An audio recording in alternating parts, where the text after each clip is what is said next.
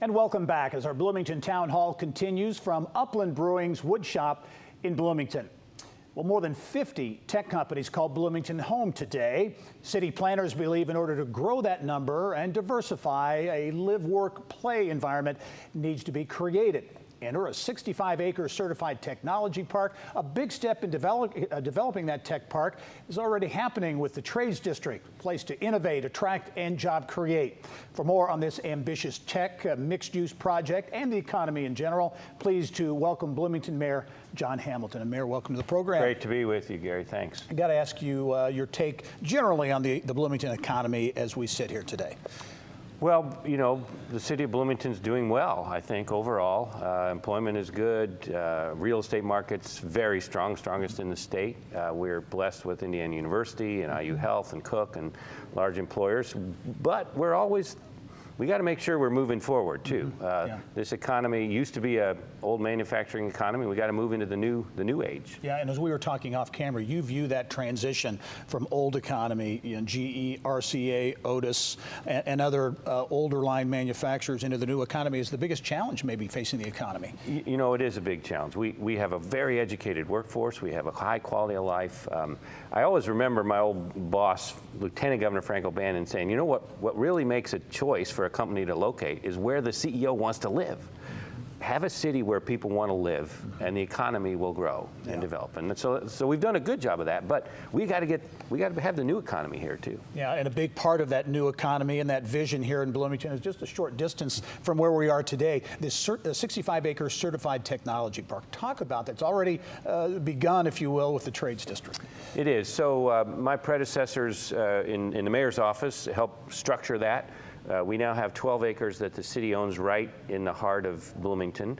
A fair amount of vacant land, but also some great historic buildings. And we're really just beginning the kickoff to convert one of those old buildings, an old furniture factory, beautiful old building, to the kind of the center of the hive with the incubator, energy, new companies, startup, and then building around it.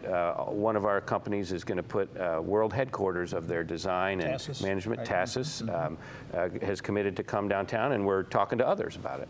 As you look at that 65-acre site and kind of envision what it might look like, what could we see this area look like, in your view, maybe in 10 to 15 years? Right. So, you know, part of this is this commitment to downtown. Bloomington has a fantastic energy, vibe, activity downtown, and we want to have more employment downtown too.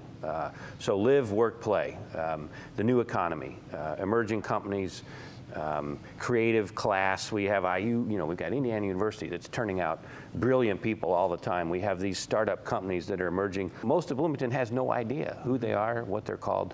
So one thing the Trades District will help do, we think, is create some awareness of what's going on with the Cheddar and the 39 Degrees North and Envisage and these companies that are growing, and to bring that downtown. That's part of it too, to have it right in downtown to help accelerate the live, work, play of our whole downtown. Big news recently for Bloomington was that Cook selling its Cook Pharmaco unit, also acquiring the old GE campus and adding 500 jobs there. But as we were talking, the Cook Pharmaco deal, billion-dollar deal, really, you think about it, that's a startup that turned into $1 billion company. Yes, it is. So, you know, Cook began in 1963. It was a startup in a garage, you know, like those classic stories. Right. Years later now, 50+ years later, it's an anchor of our community. They started a spin-off of Cook Pharmaco 14 years ago that is now sold for $1 billion.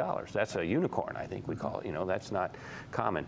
At the same time they did that, though, Cook, very importantly, bought the GE plant, 1 million square feet, committed to transform its manufacturing into the next generation here in Bloomington, and a very strong commitment to the local workforce with the My Cook pathway that's focused on bringing people up with high school education and college degrees and others to help them get them into the workforce. Very exciting day. Final question for you, and that's the role, the impact that Indiana University has on Bloomington and the entire region.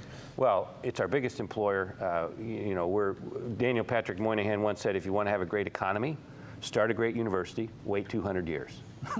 Yeah, right. Indiana's turning 200 years in 2020. They are an incredible asset. The science, the learning, the education, the energy that comes with 42,000 people here is fantastic, a big part of the community. Well, great perspective. Bloomington Mayor John Hamilton, thanks for joining us, and we'll talk to you soon. Thank you for coming to Bloomington, All right, Gary. you bet.